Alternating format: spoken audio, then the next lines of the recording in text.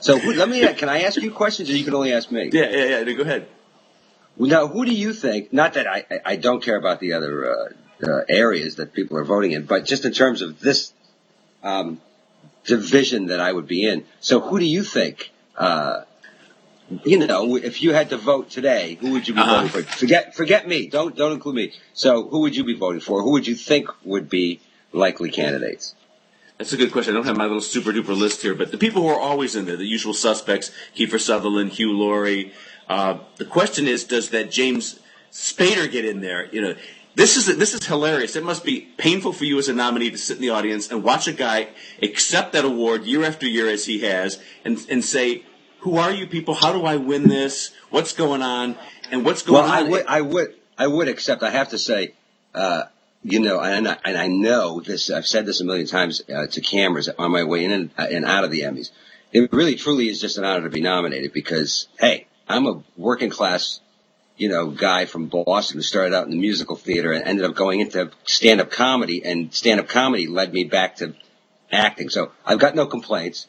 Number one. Number two, I get a lot of free swag, or we used to before they started taxing it. So I really don't have any complaints. But I have to say that Spader, who's an actor I really admired in the movies, I am not really that familiar with the show because I'm busy, and it's not one of those things. I was really stuck in The Sopranos because that's my favorite television show of all time.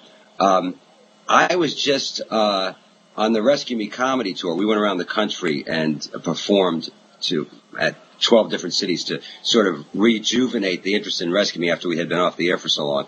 And there was a couple guys on tour with me, Lenny Clark and another guy named Kenny Rogerson, who's been an actor on Rescue Me.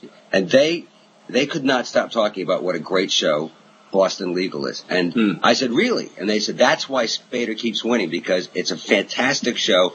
And he and Shatner, the things that go on in that show, they said, first of all, it's hilarious. I said, really? I didn't know it was funny. And they said, it's just like Rescue Me. It's got these moments of great drama, and then it's got these really unbelievably funny scenes. So that's a window. Now, of course, they gave me the DVD, so I have to sit down and watch them. But I don't have a problem, and I think James Spader would agree with me. Let's hope.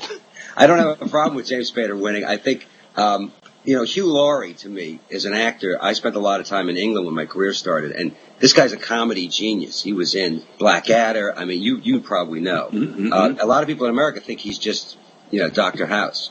So I'd like to see Hugh get it. Now I'm actually trying to get people who I know to win it so that I could potentially go to their house and steal an Emmy. Because, people don't really remember 10 years later. If I put my nameplate on it, 10 years from now, they go, I remember that year you won. Did you see the Emmy? Did you see the Emmy right over my shoulder here? That is Bette Midler's Emmy. That is actually Bette Midler's Emmy. I bought it from an estate sale. Really? So one of these days she's going to catch me and ask for it back. And I'll give it to her back if she gives me the $5,000. Seriously, I'm not making any of this up because I have the world's largest private collection of show business awards. I own Phil Silvers' Emmy, and that's my other advice to you, Dennis. How did you get that? I bought it from an auction out of Bonham's about 2 months ago. Oh my God! I own an Oscar. I own the Golden Globe that Ben Hur won for best. A guy who won set decoration in the 1940s. But this is always an option, that you can buy these. But back to Hugh Laurie. But back to Hugh Laurie. He's got the same problem you do, and that is his character is grumpy and not always sympathetic. You see where I'm going with this? The reason Spader wins, not because the show is funny, it's because it all comes down to one episode that the jurors see, and he always submits an episode where he has this big grandstanding speech at the end that he sells, all that righteousness and patriotism and all that stuff. So it's hard to beat that. Well, here's an idea. What if I don't get nominated this year, this is what we'll do next year. Next year, Tommy gets, I don't know, I'll come up with the circumstances. Peter Tolan's a genius. We'll create the circumstances. Tommy defends himself in court. Okay? Okay. You'll win right there. And we get an old James Spader speech from Boston Legal. And I just do it. And we change some of the words we change. And then, of course, the Emmy voters are going, that is really award-winning stuff. Not knowing, of course, that in fact it is award-winning stuff. And I'll put on a suit and everything. It'll be great. Tommy in a suit. That would be impressive, yes. See, we've solved all your problems here. The only reason I really want to win an Emmy is so that my mom can have it. Because, yeah. I see, now I'm really sucking it up, aren't I? What, didn't you give her a present yesterday on Mother's Day? I did, actually. I sent her some flowers, which is the easy way out, I guess. Mm-hmm. You look at, I'm honestly, when I say that I'm honored to be there, it's been 8 times total between the 2 award shows. And I have spent most of those years watching people like Gandolfini, Kiefer, Hugh Laurie, Gabriel Byrne, I'm probably forgetting a couple guys, James Spader included, get nominated and win. So, there's part of me that's just like, I can't believe that I'm included in this group of guys. And I'm so familiar with their work, even like with James Spader, not with his show, but with his previous acting work, that I think it's an embarrassment of riches that television is very lucky to have right now, because there's so many great shows. It's hard to pick. Yeah, but Rescue Me has really rallied this year, and that's exciting to see for people who really love the show. Everybody's saying, wow, it's better this year than ever, and it's also coming on. Season 5 is during the peak time of Emmy eligibility period. Remember, the cutoff is May 31st, so the timing of Season 5 is brilliant. So all the stars look good for you this year. They're lining up in the heavens just right. So people who love the show, as I do, are rooting for you this time. And the show, it's not impossible for the show to be nominated for drama series. You're going to have 6 nominees there, too, again this year.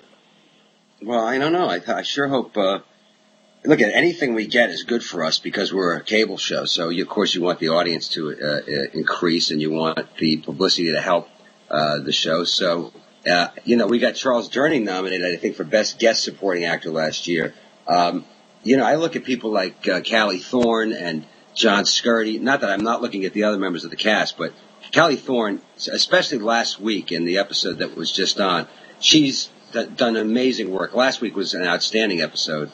So I look at people like that and I think, you know what, maybe one of them will slip in, and that's the same free advertising, because people have to say the name Rescue Me when they say the people's names during the nominating, during the award thing. So it's all great. And we have Michael J. Fox, who's fantastic this year. So it's a great cast. Look, the most important thing is we have a show on that will be going into our 6th year this year. We have had a blast doing it. It's really...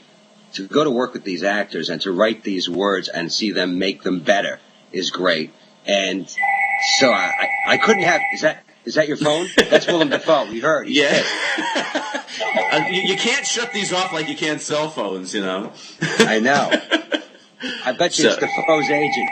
He's going to threaten you. Could be. You're being... Yeah. But he's never won an Emmy either, as I recall. So I don't think he's never done television.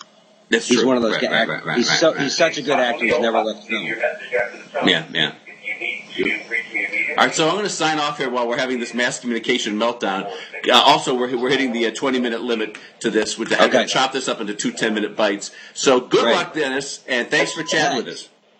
All right, thank you, Tom.